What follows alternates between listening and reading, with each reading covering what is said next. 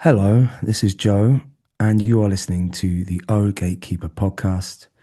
Next up are the delightful, formidable, scary, cunty Lambrini Girls. How you doing? How are you? Good. Where Decent. where are you both? Different parts of the world. I'm in London and Sal's in Portugal. I'm in Portugal. I'm at home. In the homeland. Yeah. Phoebe, is that your homeland? Where? Yeah. London or Yeah, Portugal? London. Yeah, no, I lived in Brighton. I was born in London, like literally where I live now. And then I moved to Brighton when I was like 5, and then I moved back exactly where I was from in London. Now it's fucking trendy. So Yeah, you missed out. No, you've gone back. Well, it's expensive. yeah, I left when I was 5 when Hackney was considered Crackney, and I lived in a council flat, and our neighbour had like a crack den, and there was like police raids. And then I went to Brighton, which was significantly more affluent, and everyone was really posh. Where I went to school because I went to school in Hove. Um, and then I lived in Portslade, and then I moved back to to London as a gentrifier myself. So I've come full circle. It's Congratulations. Thank you very much. You made the gentry. I've made it full circle. I've climbed the social ladder, and I've won at capitalism, which Congrats. is what it's all about, is it not? Well, it depends, doesn't it? Yes, it does very much. That's my political answer. Um, yeah, no, I'm well in the gentry. I'm on a street that's constantly got work being done to the houses around it. It's all musicians and fucking graphic designers on my street. Fucking annoying. Um, just because of the amount of Land Rovers and like this old Victorian street, there's no room for fucking anything. Hmm. Anyway, that's my middle class complaint of the day. Yeah. Um, how long are you in Portugal for, Selin? Until our tour starts. So just under a week. Yeah. I have also made the decision to come full circle because I'm Portuguese and I'm moving back to Portugal sort of indefinitely. So I'm Wow. still going to be in Brighton once in a while. I'm going to avoid it where I can just because I find it really stressful, despite it being quite small and lovely and creative. But I really struggle with the kind of individualistic culture in England. Like Portugal is a very community-based country, and I feel really safe here. So I need that balance of sort of quiet and nature as a contrast to kind of the madness of touring and the sort of relentless socializing that that brings. So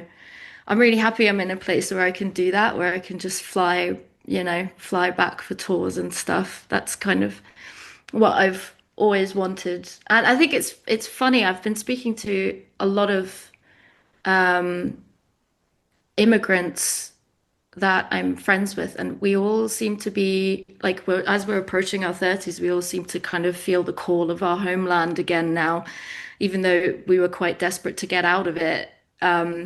Especially particularly musicians, because obviously England is amazing for music, and whilst there is good music in Portugal, that like the scene just isn't as prominent. Mhm. So it's interesting to me that, we're getting to an age where we're all kind of returning back to our roots after flying the nest. Do you think do you think that's down to like what you're saying? Because I was saying, oh, it was really weird. You said you were basically repeating what I was thinking about in the car on the way I dropped my kid off this morning.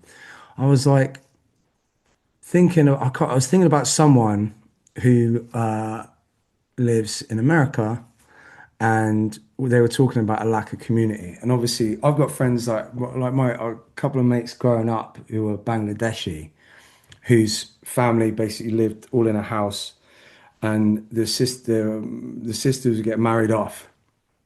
and the boys would all stay in the house.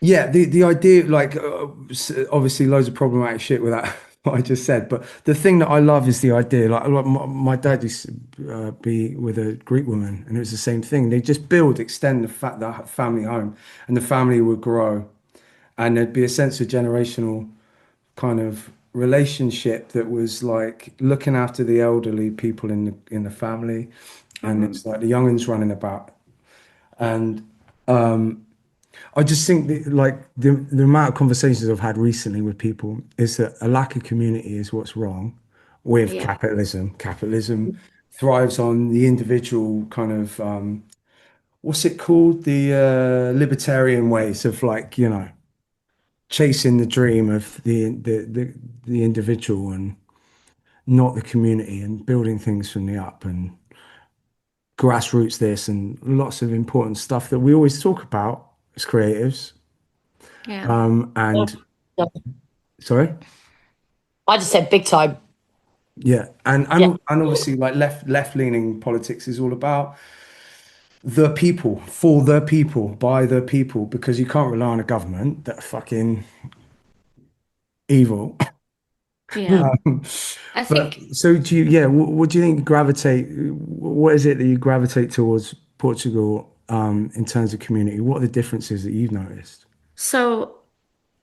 I don't know if this is because I have a big family, but it's very, very normal here for the family to stay very close. My cousins, my grandparents, my aunties and uncles, they are super, super close, and it's a really normal culture to just drop in on each other, and it's extremely family based. Like, doesn't matter what age you are, you spend a lot of time with your family.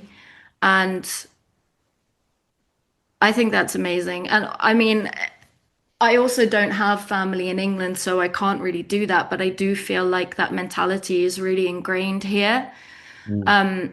Like, people know their neighbors, people speak to their neighbors, people like exchange things. I don't see that kind of culture in England. Like, I think I've started to get really sort of disillusioned with how separate everyone feels. Like, there's a lot more casual kind of conversation that happens here, even sort of amongst strangers. And it's like the cafe culture that a lot of kind of Mediterranean countries have as well, where there's like certain sort of hubs and spots where everyone just kind of comes in and goes out. I do think like we have that to an extent in England in the kind of like alternative grassroots music scene where like we have a cluster of like especially in Brighton, and I know that like it's similar for Phoebe and Hackney too, where there's like a lot of bars and venues and stuff that are very close to each other and that people sort of frequent. But I do like I feel like that's often also very much based around drinking culture. And I think it's a lot less commonly ingrained in sort of the average person. It seems to be more a trait of people who are involved in kind of anti-capitalist and more left-leaning politics that are sort of trying to revive a sense of community and the importance of it. Mm.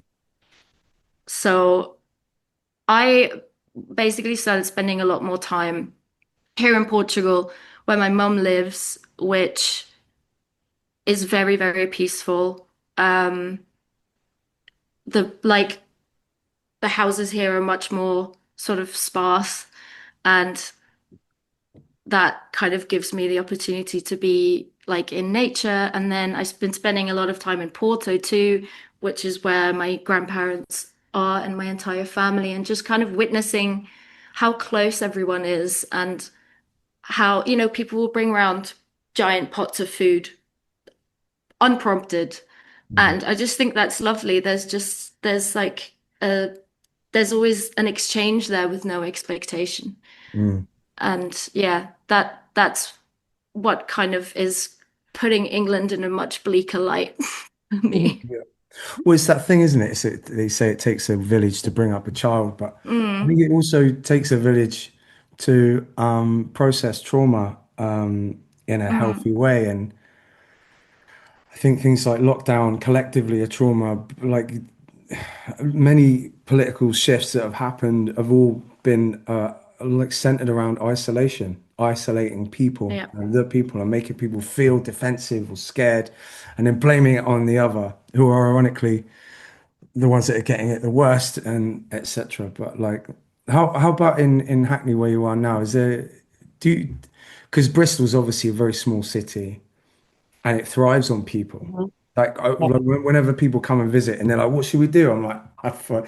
Like I don't know, hang out with my mates. Like I can't Yeah. suggest it's not a touristy place, but obviously Hackney. What goes on? Is there a sense of community there for you? There is a sense of community. I think it does, especially like in the UK, from the way that Selin describes it. It's very different. Um, I think London is such a big city, so you kind of have to find like a group of people, a small group of people to kind of latch onto and sort of harbour that community within each other. Otherwise, you feel totally alone. Like humans, like we are pack animals. Like you need to be around people. You need to feel a sense of belonging, I think, in order to not go absolutely fucking mental. And like as you said, you do see that all the time.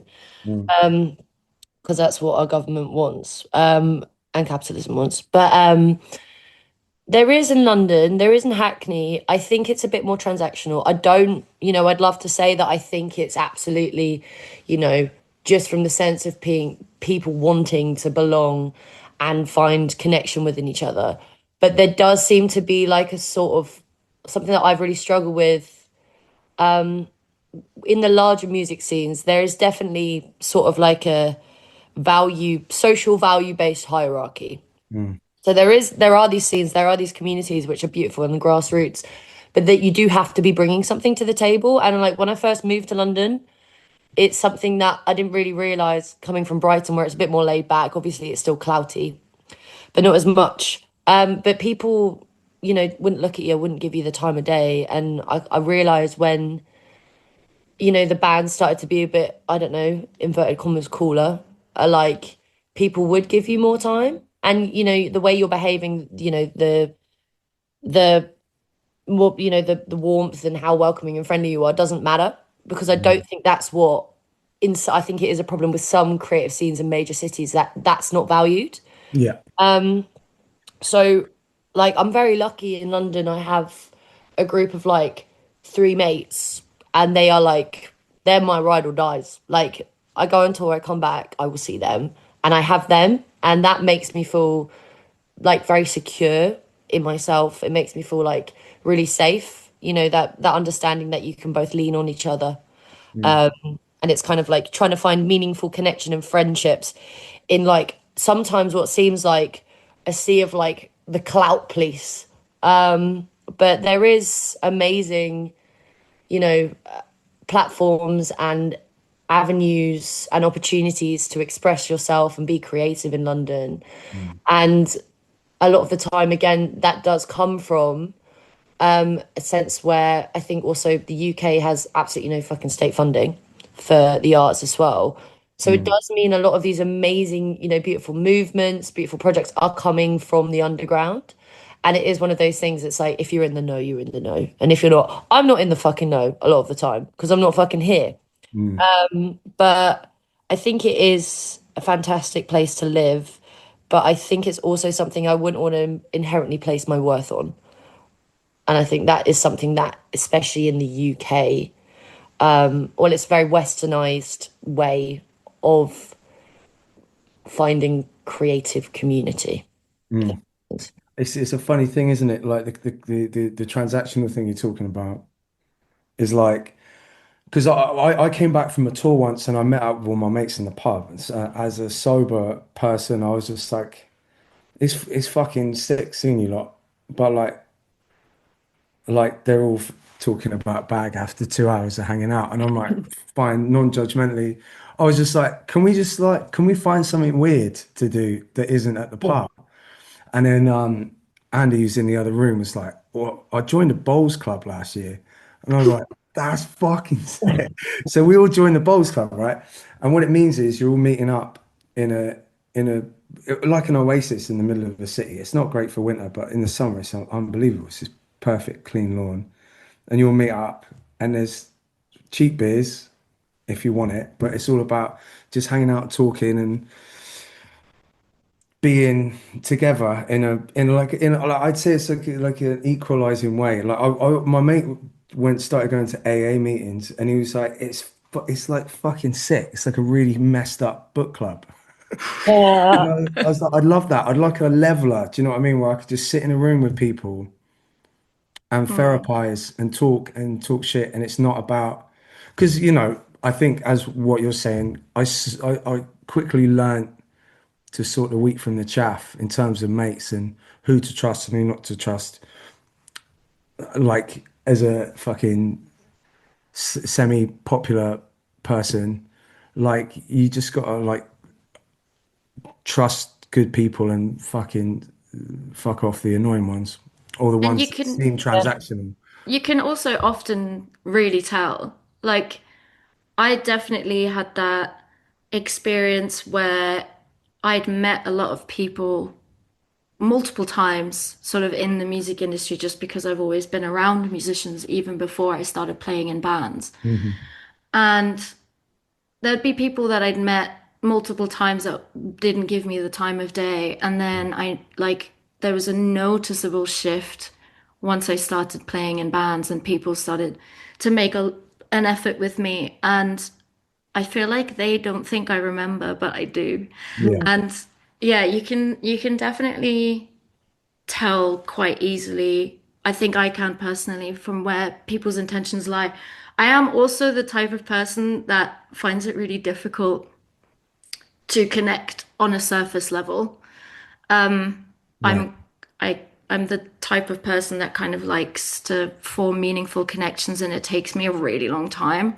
Yeah, And actually, like you brought up lockdown, and I remember feeling, I know that it was an awful time for a lot of people, and people got very sick and died, which was terrible. But I think it was also an interesting shift in how our society operates because I distinctly remember having an actual group of friends, like a group chat, and we would meet up outside.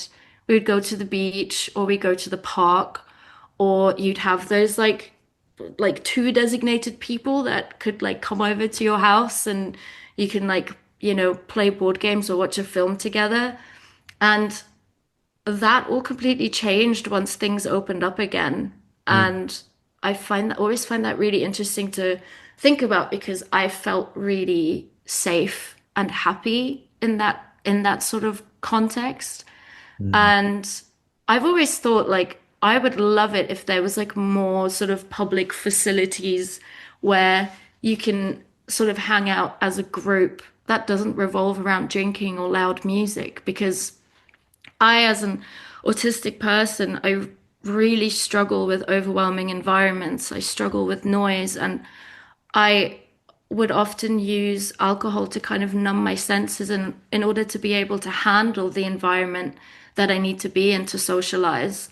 And coming back to Portugal a lot and kind of grounding myself a bit more and steering away from socializing in that sense has really shown me that I'm not faulty for not being able to handle those kinds of environments. I yeah, just don't operate that way. And the world generally doesn't cater to that. Like it rewards people who can handle those kinds of environments. And I feel like it's to bring it back to Portugal. I feel like it's very, very different here. You don't need to be a certain type of person or a certain type of way. You don't need to go out drinking and handle like tons of people and tons of noise in order to socialize. You socialize within your family. It's normal to go over to each other's house, to drop by unannounced, to like exchange resources. And I really miss that in England and, in a lot of other places in Northern Europe. Like, I feel like Northern Europe is inherently very, very individualistic, where the kind of Mediterranean countries are much more community based in general. But Mm. I think that, you know, it's something worth thinking about.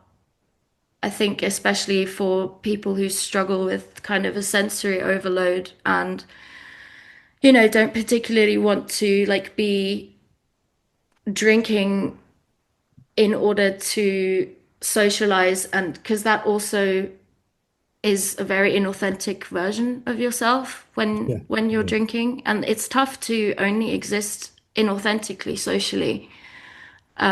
And I think that's very, very isolating.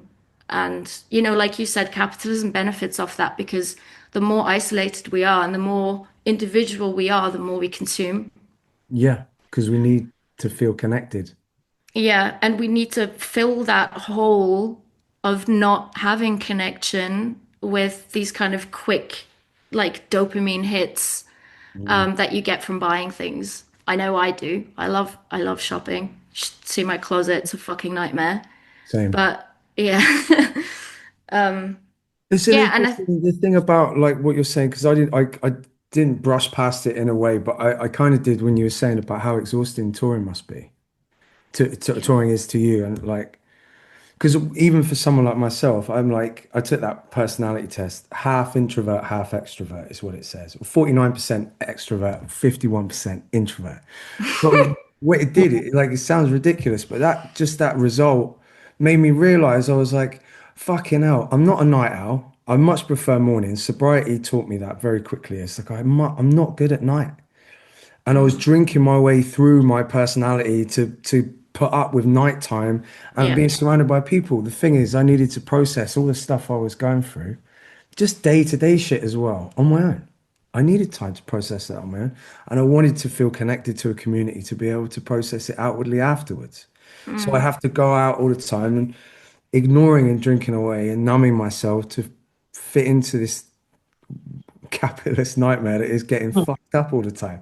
yeah. Don't get me wrong, there were fun bits, but touring made me realize very quickly, after doing so many shows as you guys have been doing the same thing, is that you can't live a lie that long on tour. It's so intense. Yeah, exactly. And that's why I like recently after this summer it just absolutely broke me. And we had a US tour booked and I just couldn't do it. I couldn't physically do it. Like I developed a tic. I had a really bad manic episode because I have bipolar disorder too, to add that into the mix. And it was just absolutely breaking me. And it took me being broken by it to realize that that's not how I can live. Mm, Like, because I completely relate to having to drink your way through. That is the only way I could make it through a show. mhm, And since being in Portugal and kind of realizing that that's not how I work, and that is also due to being a massive introvert. And there's actually a really good book called Quiet by Susan Cain, which kind of talks about how the world is specifically set up for extroverts, and introverts are kind of shamed into feeling faulty for not being able to handle the kind of environments that are expected of us. And especially interestingly, something that sticks in my mind a lot is that sort of pre the Industrial Revolution, um, and before there was a lot of class mobility, a lot of the way that a lot of business was conducted was based on honor mm, and character. mm, And once that changed and people were sort of able to do their own business ventures, regardless of where they were born into, what family yeah, they were born into, it shifted from being character and honor based to being personality based. So mm, once that shift happened, the person that would make the most lucrative business deals would often be the loudest and most outgoing person in the room. And so people, I think society began to equate loudness and personality and extrovert with worth. Mm. And I think that is a message that's kind of very subliminal, and it really changed the way that I look at myself, and that's helped a lot. And also going back to touring, I'll never forget this. I remember years ago, I saw you just after I started first sort of playing gigs, Mm. and I was like, you were like, how are you? I was like, oh, I'm not doing great. I'm exhausted. I haven't figured out how to tour healthily yet. And you were like, no one has figured out how to tour healthily yet. And like that really stuck with me. And like, Mm. I mean, I'm happy to hear, that you seem to be a lot more kind of healthy about it and kind of more in the know about your needs, which is great. And I hope that continues, and I hope that other musicians can also follow suit with Yeah, I that. mean, it's without it being dramatic. What we're talking about is touring to people that don't understand it for whatever reason. It's an extreme lifestyle. Yeah. You're looked after a lot, but you're on your own a lot, and you're in super like my least favorite bit of touring is the sociable element, like just having to be around people all the time. The gigs are like this extreme high that I love and passionate and very good at, and then the rest of it, you there's no rules. There's no like it's a bit like grief in that there's no way of doing it other than your way. So you have to learn that way. Mm. And like it's an extreme set of emotions and situations where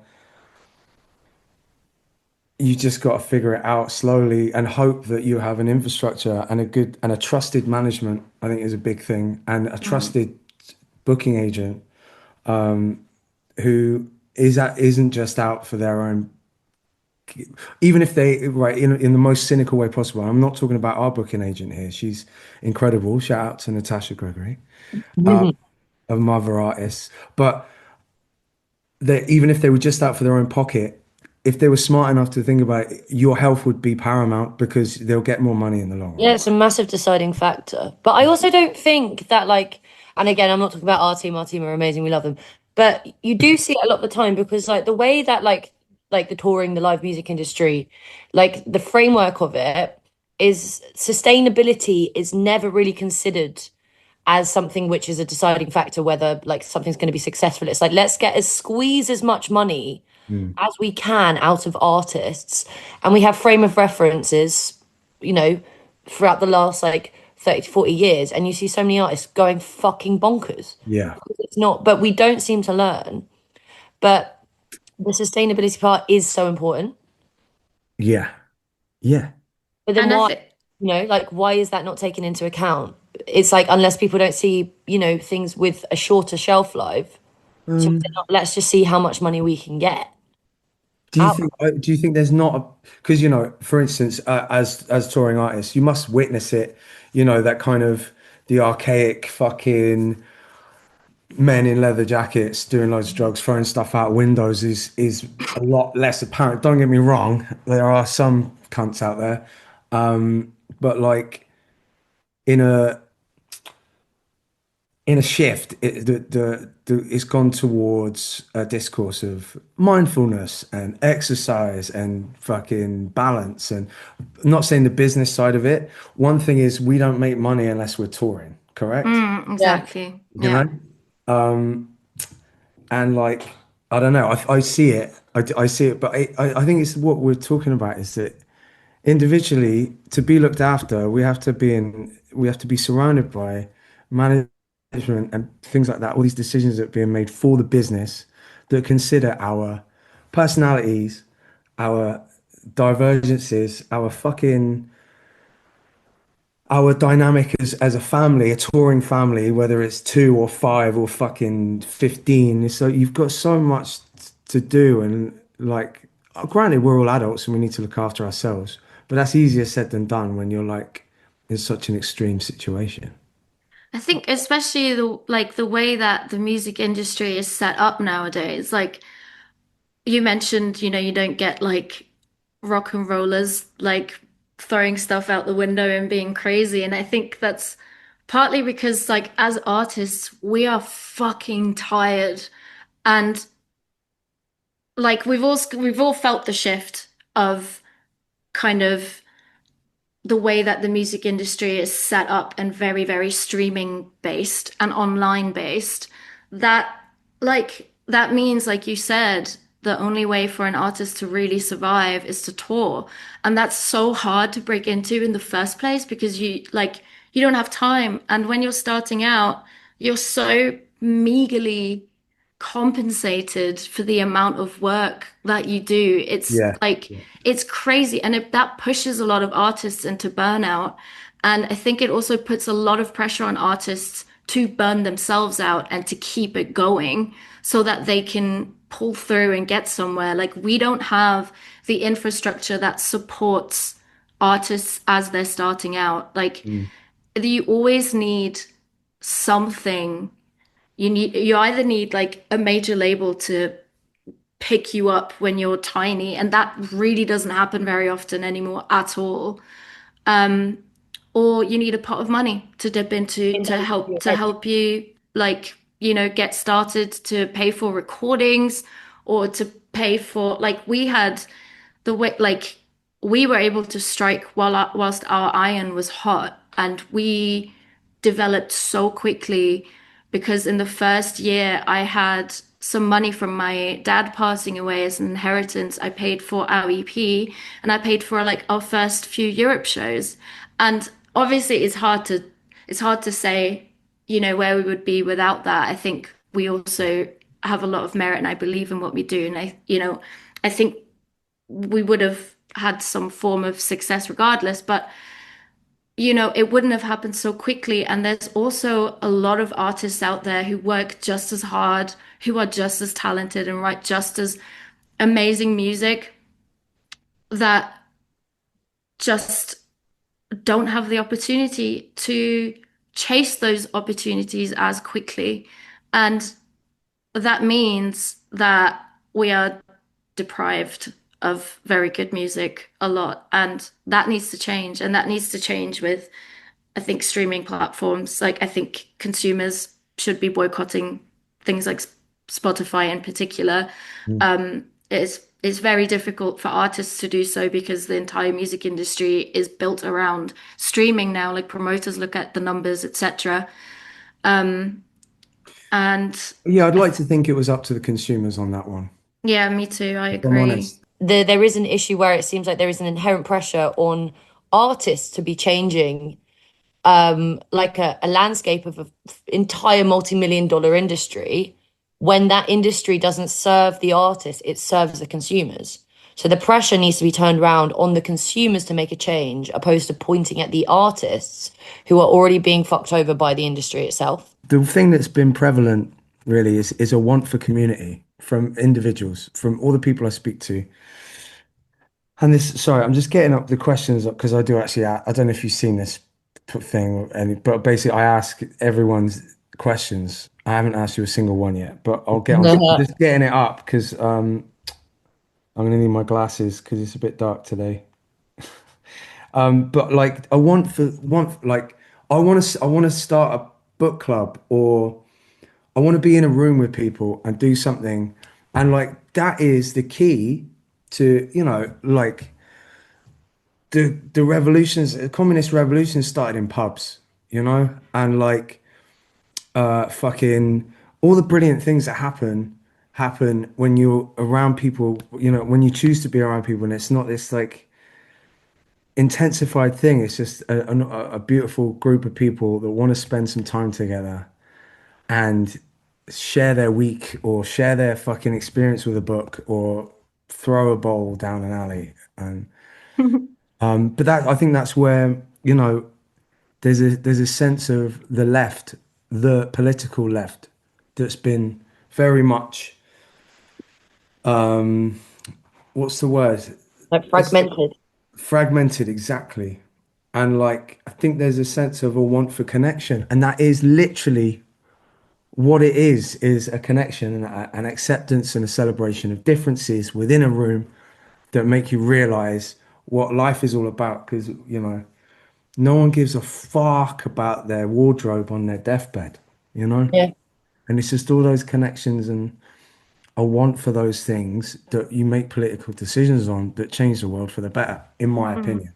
And like, you know, but they don't want that. It's like, the Ho Chi Minhs of the world started in small groups Yeah. and they beat America. Do you know what I mean? Bam, bam. Right. Let me get up my questions, please. Where the fuck is it now? Mhm. I put in so many. Do either of you two do lists? No, I Yeah, don't. I'm a big list person. Are you not organized at all, Phoebe? And so No, and you're not in the organized. slightest whatsoever. She's freeform. I do, She's but like it means she's like jazz. I am like Jazz, but I'm really bad at like pre-planning, but it means I work amazing in a crisis. I'm always Yeah. extremely calm in a crisis because I'm the one causing my own chaos. If I'm causing a crisis, I've learned to deal with the crisis really well. So pre-planning, awful. If we're ever in an emergency, I'm the one for the job because I've Yeah, it's caused true. an emergency. I You can just said that confirm Um, you're that. the emergency, though. huh? You just said you're the emergency. Like, Yeah, I oh, usually I'll force cause it. it, but if there ever is an emergency, I'll just have it sorted in a Sick, second. sick. It's All right. true because I'm a chronic pre-planner, and me and Phoebes really kind of like slot in quite well with that because I'll think about everything. I'll do like the potential risk assessments, and I can like take measures to kind of prevent that. And then if something does go wrong, I check out mentally. I can't handle it. I can't deal with it at all. But her, she'll literally be so on it and like get it sorted straight away. So we're a pretty good team in that sense, Like luckily. if there was a house that was on fire, I reckon I'd be able to go in and get a couple people out. But Selin would have just not leave her straight in the I first place. would go Right? into So yeah, true. yeah, you just wouldn't I leave the light would on. She check. Sick. It Well, worked. stop starting fires, you. That's what I'm saying.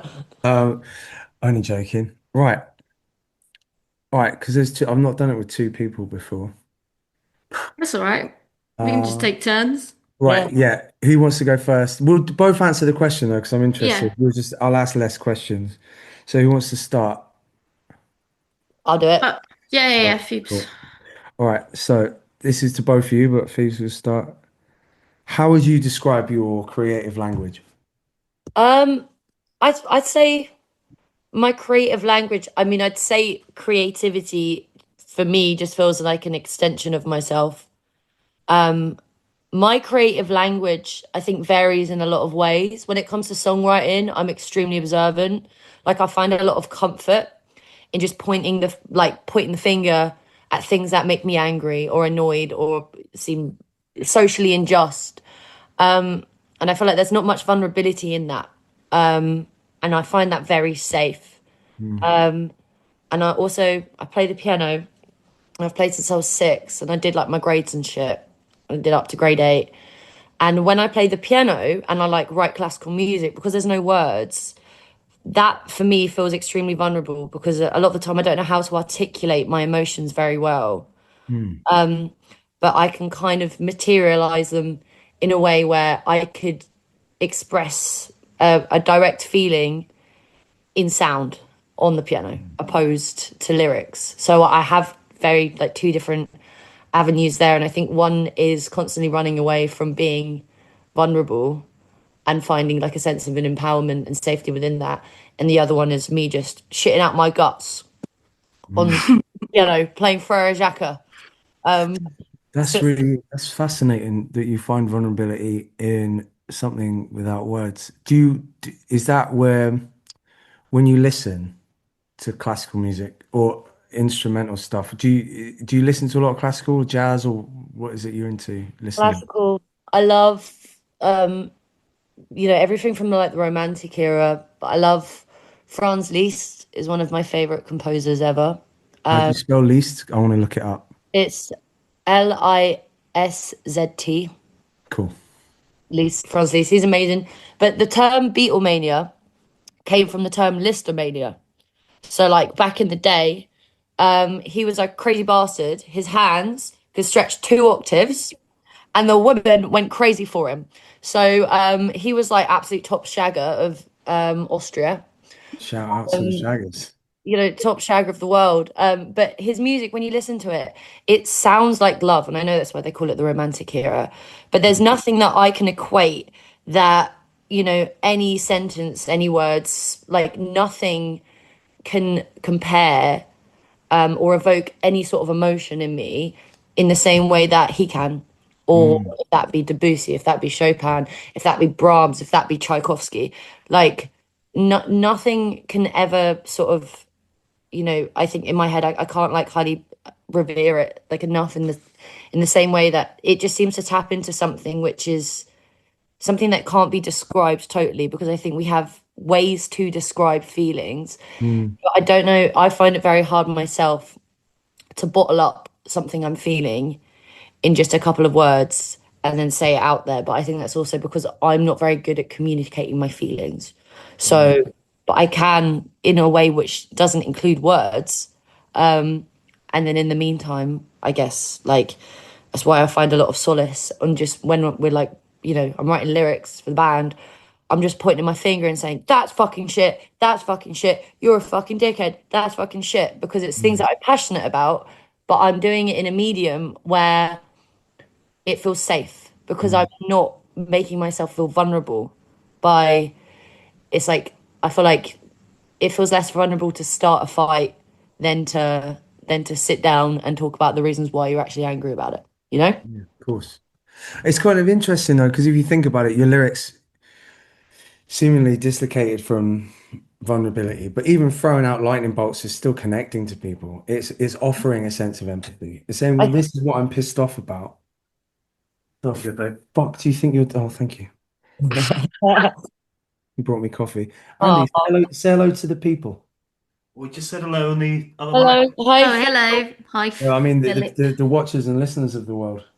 Oh yeah. Oh, they know you because you've been on it. Whoa. Hi. That was enough. Um, you're throwing those lightning bolts out, and that is just thing, what I always describe like writing or doing anything creative is you're putting a mirror up. So it's you that you're looking at, Mm. but they see themselves in their mirror they're when they're listening or watching or whatever. And that's like because pointing it's not the way I read your music is like I think the a good one is cunty because it's like it's something that on the surface I may someone else who doesn't know me might not think to that I could connect to that in a humorous level, but also in a loving way. Yeah. I think it's a very loving song Oh. because it's like it's a very it's I don't know, it's a very fruitful thing to get involved in a sense of like especially with people you love, not just calling them a cunt, but celebrating that balance of like criticism and love and a very rigorous sense of it. I don't know. I got a sense of love from that song, and I think I sense it in hanging out with you guys. It's like there's a robustness to that. It's not just about what other people do in with love songs. I'm not saying it's a love song, by the way. It's the closest thing we've got to one. But no, I do Yeah, agree with you. And I think like the way you talk about like throwing out lightning bolts, I think it is extending empathy in a way where it's kind of, I mean, the whole point is like about nurturing community and Mm. is making, because everyone is feeling these emotions, everyone is fucking pissed off, everyone is desperate for catharsis.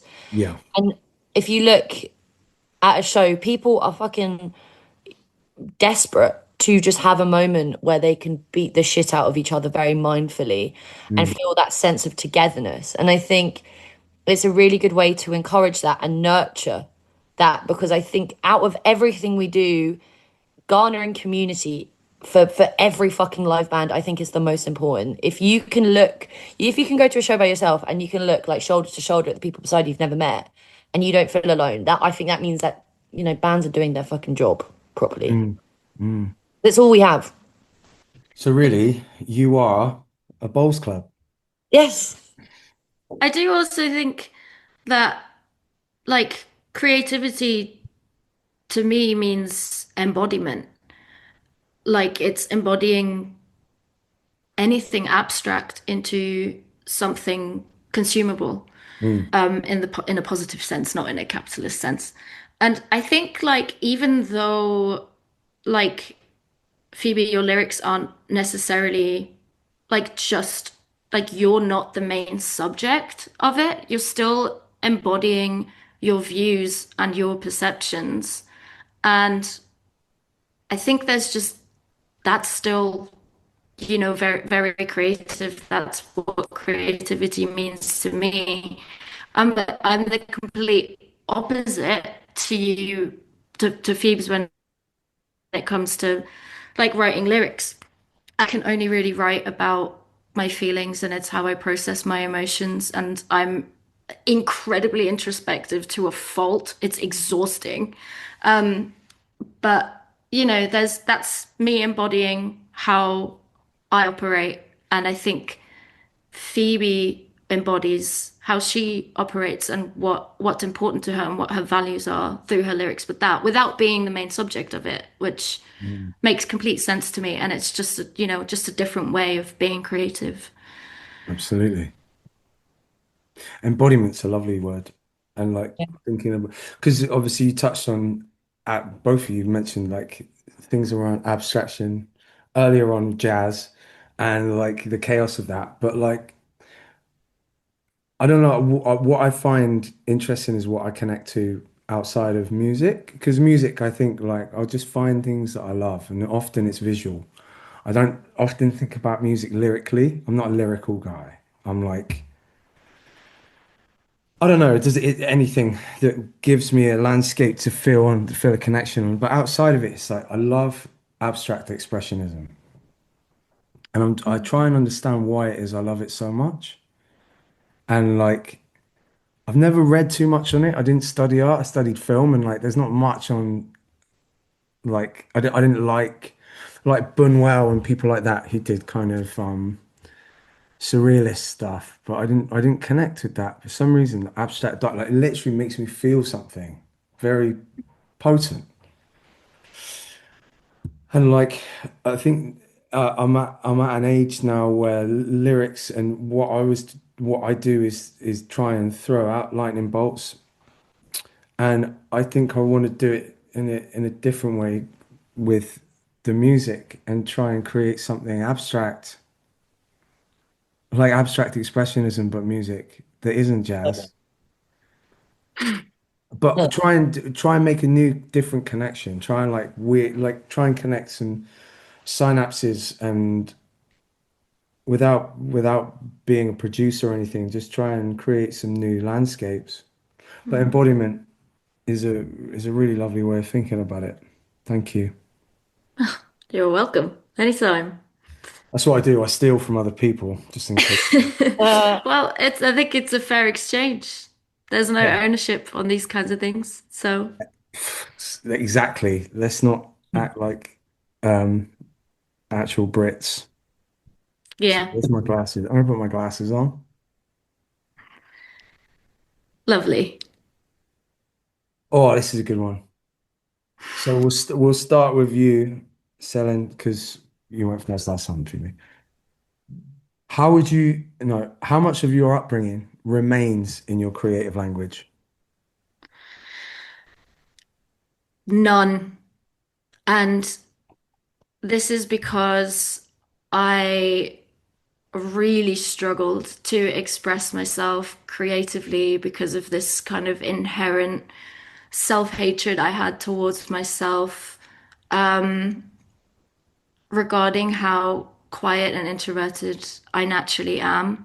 Hmm. And I always felt really stuck. I always had an overwhelming urge to create. I decided that I wanted to be a musician when I was 11 years old, and I steered my entire life towards that. It's why I decided to move to England and etc. And I was really stuck with it for a long time. I had the barrier of shame and feeling like I wasn't able to be successful as a musician unless I was loud and took up a lot of space. Oh yeah. And you know, a lot of like women in alternative music are very outspoken and loud. Like I when I was a teenager, like my biggest idol was Courtney Love, and she's like the complete opposite to me, but I still really idolized that. Mm. And it wasn't until I read Girl in a Band by Kim Gordon, where she talks about how introverted she is and her approach to music completely freed any inhibitions that I had, which is eventually led to me picking up a bass and allowing myself to explore that without the kind of mind block of I'm not supposed to be here, I'm not supposed to do this. Mm. Because she talks about approaching music in an artistic way, and she talks about she never really bothered or had an interest in learning scales or to appease the sort of old school gatekeepers of alternative music, which there are a lot of, Yeah. and that she essentially just plays what sounds good. And that resonated with me so, so hard. And also, the way my favorite band in the world always is Gilla Band. And the way that they play their music, the way that they use like sonic textures and sound and turn it into something musical, like they're taming noise essentially. And I find that so fascinating. And it allowed me to not feel like I have to be some sort of finished product of someone who is extremely technically talented in a way that people can't poke holes into it, because I was so afraid of the criticism and so afraid of not belonging, which I think a lot of women face when getting into music. Right.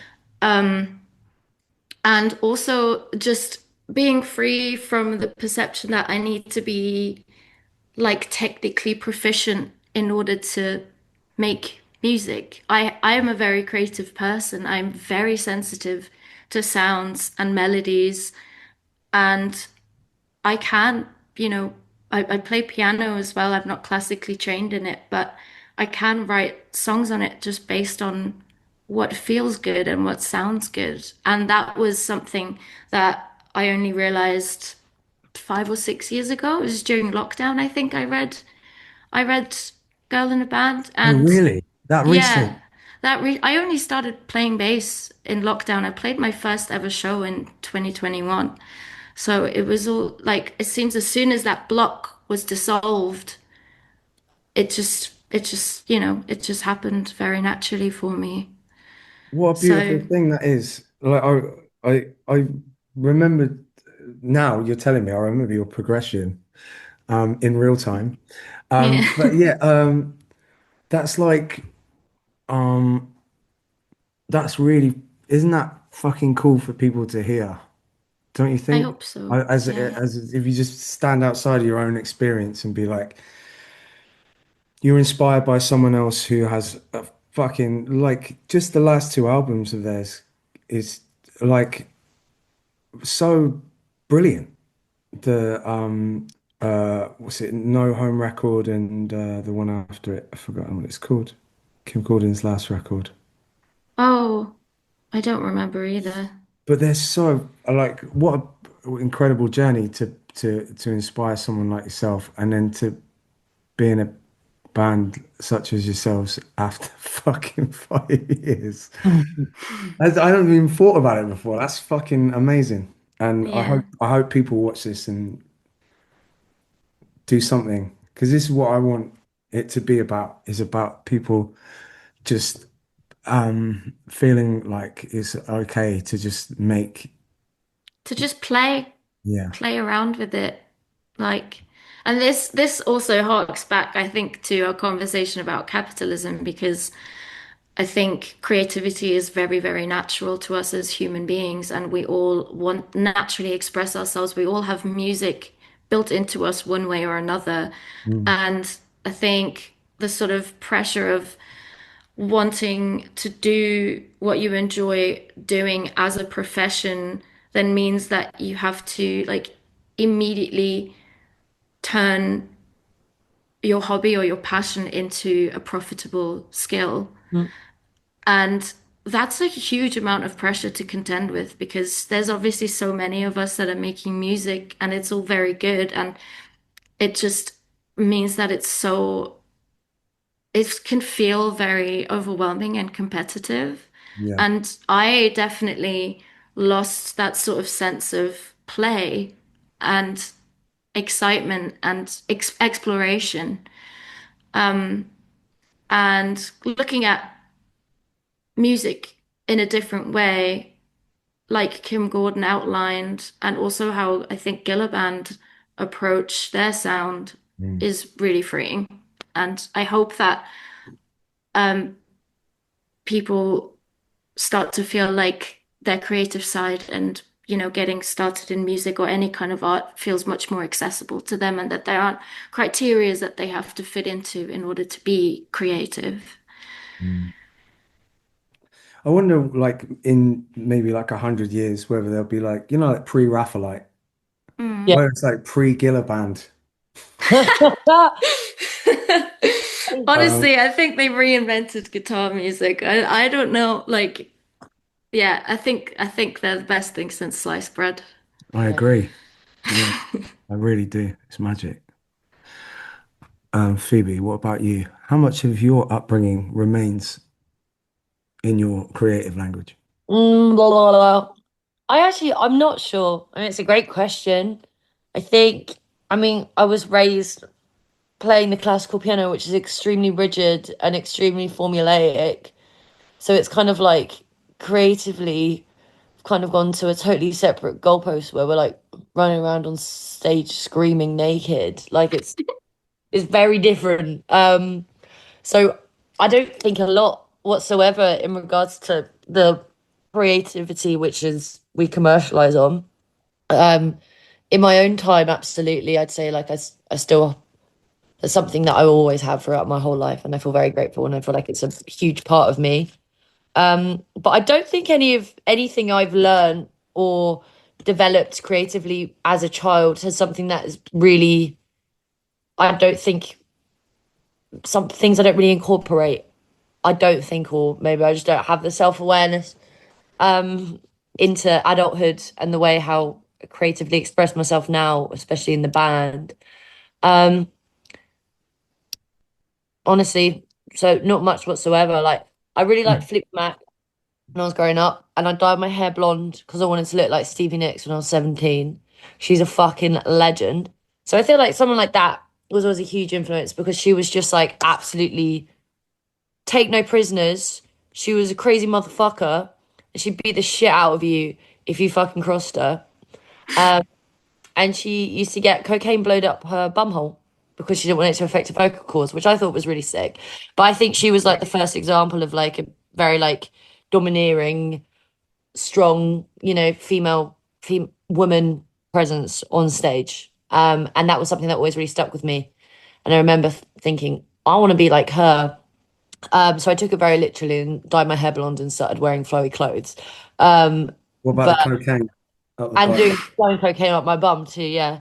But I she was definitely someone that inspired me to be a bit more to be more out there, basically, on stage as well. And I never wanted to be a front person. It wasn't something I didn't write lyrics before I was a front person.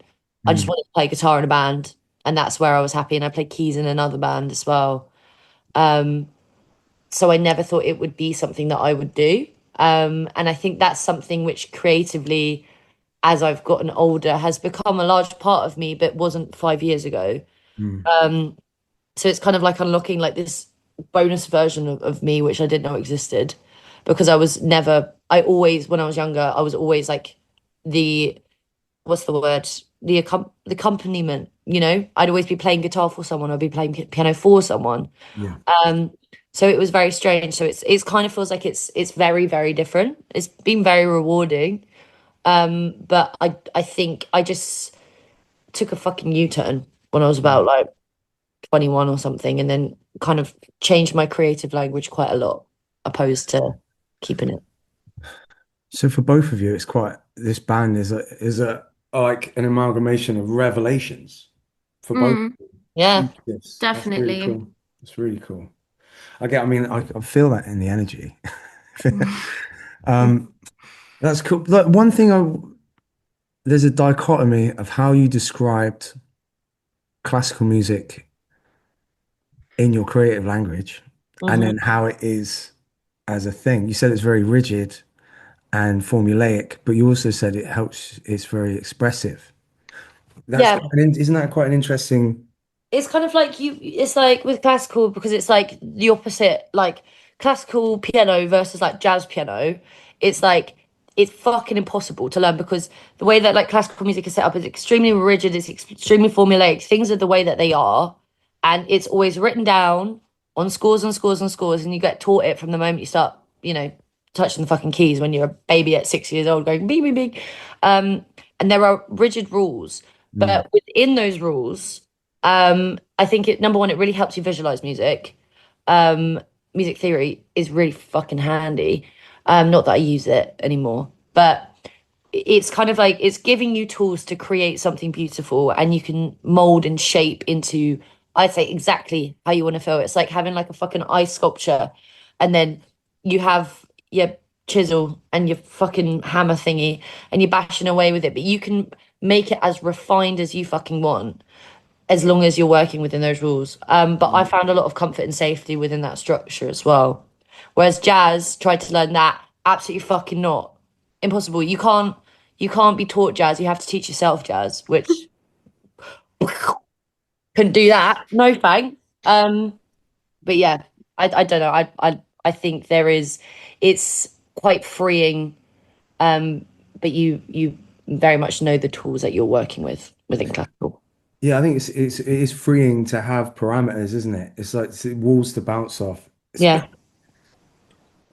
Picasso's like as a young person was perspectively a brilliant drawer, like fucking incredible architecturally could draw really brilliantly, and then because of the craft, could draw or paint Guernica, and I think once you have, I mean, I'll never be there. I'm definitely never going to be in a place where I haven't got the capacity to learn an instrument or music that I'm just gonna pray that I can blag it or keep blagging it, I should say. We're Um, all blagging it. We're all fucking blagging it. yeah, just as a reminder, we're all blagging it. I mean, Yeah. I've been in the room with some people who were like geniuses, and they're genius blaggers. Yeah, And really. that's sick. That's what you want. You want to like, It's Yeah. it's the music industry's best kept secret that we have no idea what the What fuck the we're fuck we're doing. doing. Yeah. we're all just blowing cocaine up each other's asses. Yeah, Not exactly. Allegedly, allegedly. Allegedly, it's the one of my magic favorite word. words. Yeah, yeah. All right. Well, thank you very much. That was great. We're doing a Zoom with you lot. Yeah, I feel like That we Go should be on. playing a game of bowls instead. Yeah, Or true. paintball. That would be a laugh. In Absolutely not. Yeah, I'm not down for Never do that. paintball with someone who really wants to do paintball. Mhm. Right? It's like What? someone Why who's is up, who that? like really wants to scrap. You're like, yeah, let's have a scrap. I'm like, Yeah, no, yeah, yeah. you We want should that all be having quite a too fight much. right now. I'm gonna try and go for one that I've not asked people before. You guys have been amazing. Thank you so much. Oh, thanks, Joe. It's Oh, Really been thank really, you, really Joe. fun. insightful answers. I've really enjoyed it.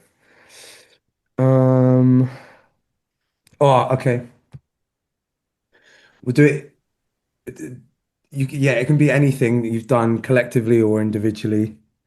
Um, Phoebe, what is your most accomplished piece of work? Very interesting. My most accomplished piece of work.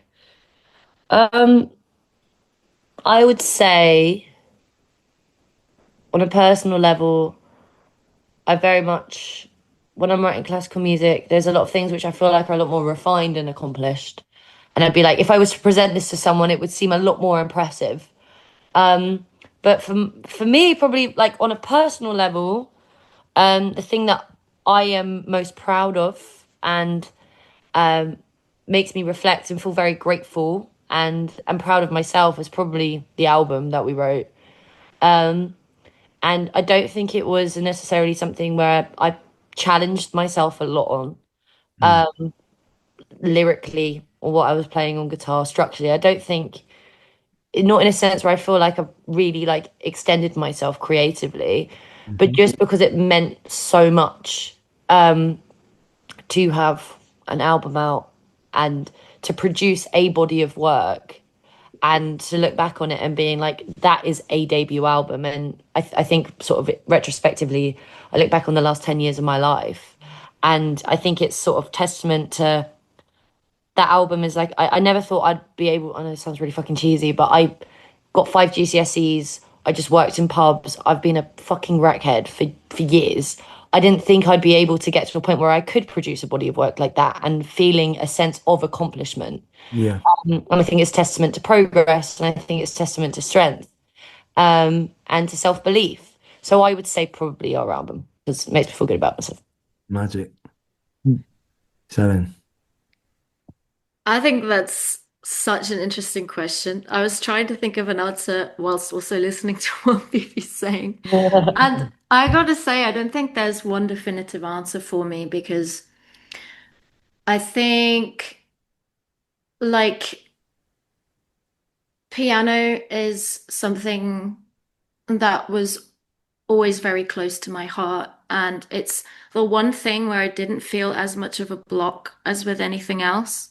mm, And I, again, this is kind of part of my, sorry to bring it back to this, but to kind of my journey of self acceptance as a very, very introverted person. Um, well, I'm really proud of the kinds of lyrics that I write because I think I have a lot of emotional depth, which I didn't like about myself because I could tell that it made people uncomfortable. And a lot of my lyrics are exhausting and tiring emotionally, and it's exhausting and tiring to write them. But mm, I'm proud of myself that I got over the block of caring about how that comes across and caring about whether I'm too much. Um, and this is a very recent thing, by the way. okay. So that was very freeing. But then on the other hand, also with the band, like Lambrini Girls has been, and working with Phoebe has been like completely life-changing for me. Like collaborating is not something I was ever able to do very easily. And like Phoebe's my best friend, and she's been nothing but like encouraging, even in moments where I was like seriously doubting myself and sort of getting in my own way.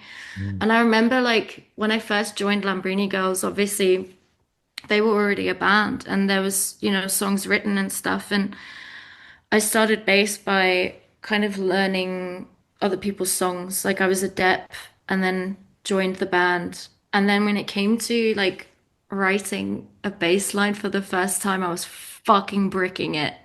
I was like, yeah, I can learn songs, but what if like I can't write them? And I think this whole like being in this band has been like incredibly nurturing.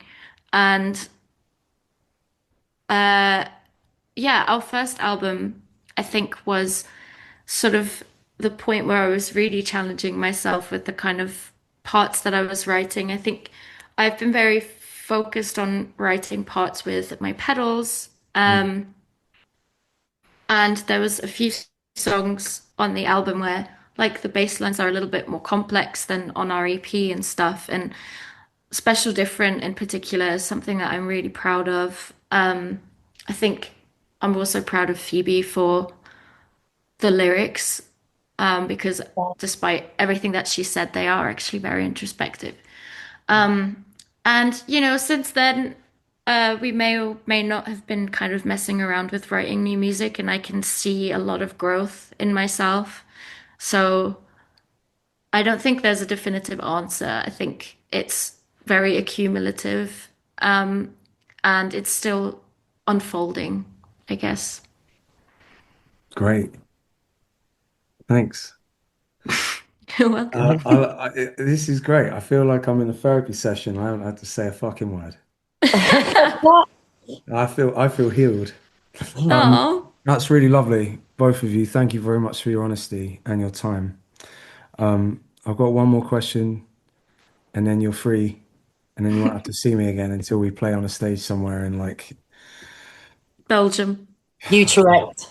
yeah. Oh, Utrecht would be nice. I've got a feeling it's going Oh, to the be somewhere a fridge. bit more not as homely. Yeah. Um, what was the last? Oh yeah. What is your death row dinner? You got $40 limit, and you can have whatever, alcohol included. Potato salad. Decent potato salad. Just any. Is it? Have you got one that's like like I just really love potato salad.